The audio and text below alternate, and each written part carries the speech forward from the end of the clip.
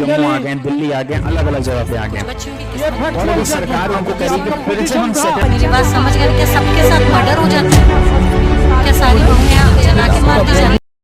1932 में शाहबानो बेगम की शादी हुई थी मोहम्मद अहमद खान के साथ, और कोई 40-42 साल के बाद उन्होंने घर से डिवोर्स दे दिया, घर से निकाल भी दिया। 5 बच्चे है ना, मेहर दे दिया, लेकिन उससे क्या गुजारा चलेगा, है ना। 127 तो सेटिस्फाई हो गया, गुजारे के लायक कोई लमसम अमाउंट मेहर के तौर पर दे दिया गया कि आपका मेहर बकाया था, लीजिए और फारिग होइए। लेकिन वो लेडी कोर्ट चली आई, क्रिमिनल कोर्ट है ना, जुडिशियल मैजिस्ट्रेट के कोर्ट में, कि हमें सेक्शन 125 सीआरपीसी के तहत मेंटेनेंस चाहिए मुझे और मेरे बच्चों को, है ना। हस्बैंड मेरे कैपेबल हैं, वो मेंटेनेंस दे। तो हस्बैंड की तरफ से ये तर्क वहाँ पर रीजनिंग दी गई कि हमारे ऊपर तो पर्सनल लॉ के अकॉर्डिंग ही काम होता है इस मामले में, और उस पर्सनल लॉ को कुछ हद तक सीआरपीसी में भी एक्सेप्ट किया ही गया है सेक्शन 127 में, कि पर्सनल लॉ के अकॉर्डिंग अगर मेंटेनेंस के वास्ते या मेंटेनेंस के फॉर्म में कोई अमाउंट दे दिया गया है तो सफिशिएंट कंप्लायंस होगा सेक्शन 125 का, है ना।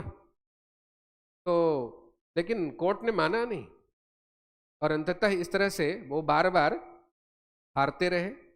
हाई कोर्ट में भी उनको रिलीफ नहीं मिला मोहम्मद अहमद खान को, और वो सुप्रीम कोर्ट आए कि नीचे के कोर्ट का फैसला गलत है, मेरे मामले में पर्सनल लॉ के अकॉर्डिंग ही मेंटेनेंस की बात होगी, सेक्शन 125 के तहत मैं मेंटेनेंस देने के लिए बाउंड, है ना। तो सुप्रीम कोर्ट ने लेकिन जजमेंट ही दिया, बहुत बढ़िया बात कही। आज जो चीफ जस्टिस हैं DY चंद्रचूड़, उनके फादर उस समय चीफ जस्टिस थे YB चंद्रचूड़, उन्होंने जजमेंट लिखा है ना।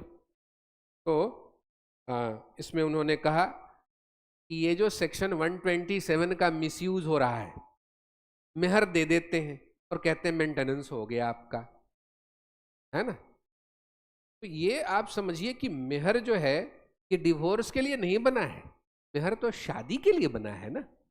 इसका यूज करते हो डिवोर्स के टाइम में, एकदम बेमेल बात है।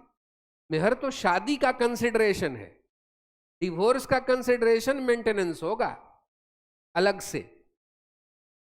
मेहर को डिवोर्स के कंसिडरेशन के तौर पर यूज करना गलत है, उसकी परमिशन नहीं, क्योंकि मेहर का संबंध है निकाह से और मेंटेनेंस का संबंध है डिवोर्स से।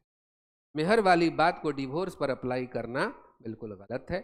सेक्शन 127 का काफ़ी मिसयूज हो रहा है, और ऐसे में मुस्लिम डिवोर्स वुमेन कई मामलों में बड़ी परेशानी का सामना, है ना।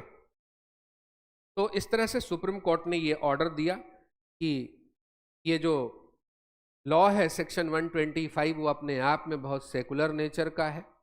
वाइफ के अगर मेंटेनेंस के लिए सफिशिएंट प्रोविजन नहीं किया गया तो इससे वैगरेंसी को बढ़ावा मिलेगा। Subscribe for more content.